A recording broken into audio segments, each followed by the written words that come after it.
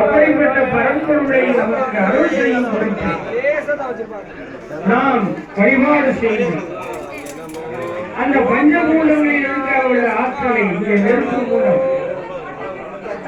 ஒளி வேத மந்திரம் திருமலை பாராயணம் மூலம் அந்த ஒளி மூலமாக மந்திரம் செய்ய பாவனை மூலம் அந்த தெய்வத்துக்கு ஆகுநிலை வழங்கி இங்கே கும்பத்திலே நீரை வைத்து அதில் இறை அருமை இறை சக்தியை வரவழைத்து சிறப்பாக 4 காலங்கள் 5 காலங்கள் 8 காலங்கள் உட்பட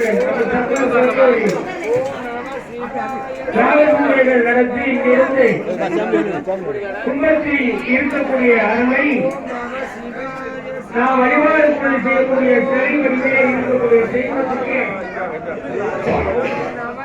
வாழ்த்துவதுதான் இந்த கும்பாசம்.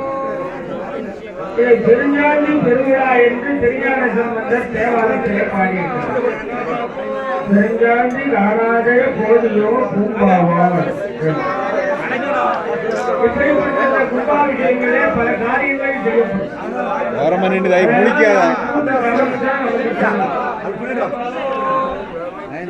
கும்பாபிஷேகத்திலே அனுப்பை என்று முதல்ல ஒன்று செய்வார்கள். அதுக்கு பிறகு சமர்ப்பம் என்று இங்க சாமி செஞ்ச கரோன சாமி சங்கல்பம் பண்ணாங்க.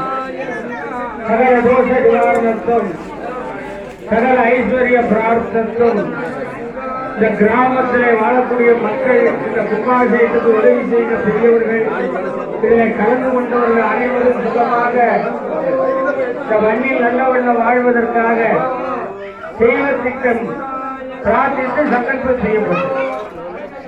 எந்த காரியத்தை செய்தாலும் சங்கல்பம் பண்ணிதான் செய்ய வேண்டும் என்பது ஆகமத்திலே விளக்கப்பட்டது. பிரார்த்தனை என்பது கடவுளோடு பேசுவதற்கு மகாத்மா காந்தி சொன்னார்.